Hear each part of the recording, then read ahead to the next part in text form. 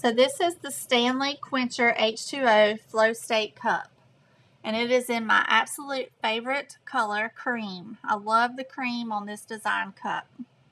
I love this big old handle. You can just put your hand right in here and grab it, carry it pretty easy. The bottom is a little bit smaller so that it fits in most cup holders. This straw is great because it fits all the way to the bottom, which I love. The top here, you can slide this over if you don't want to drink out of a straw, and you can sip whatever liquids you have there, and this piece can go all the way around and also shut off completely. The lid here, the parts pop off so that you can clean it really good.